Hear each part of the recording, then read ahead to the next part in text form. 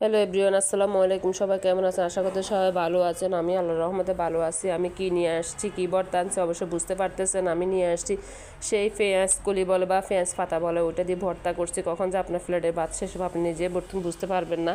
তারপর আমি এখানে ভর্তাগুলোর জন্য রেডি করে নিচ্ছি। আমি পেঁয়াজ কলিগুলোর একদম ছোটো ছোটো করে কেটে নিচ্ছি। তারপর আগার যে ফুল থাকে ফুলগুলো আমি চেড়ে ফেলে দিচ্ছি। এগুলো আমি ছোটো ছোটো করে কেটে নেব।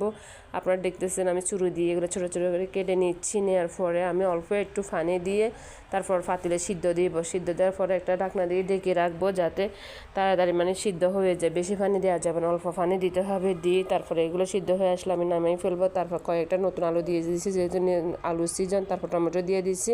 তারপর পেঁয়াজ রসুন কাঁচামরিচ এগুলো আমি তেল দিয়ে সর্ষে তেল দিয়ে তারপর ভেজে নিয়েছি। ভেজে নেওয়ার পরে এগুলো দিয়ে মেখে তারপর আমি ধনিয়া পাতা দিয়ে লবণ দিয়ে তারপর একটু সর্ষের তেল দিয়ে আমি এগুলা তারপরে দিক দিয়ে আমার যে পেঁয়াজ কুলিগুলো সিদ্ধ হয়েছে কিনা দেখতেছি সিদ্ধ হয়ে গেছে। তারপর আমি এখানে একটা ফ্রাই প্যানে আমি সর্ষে এখন এগুলো আমি ভালো করে ভেজে এখন ভর্তাটা করে নিব।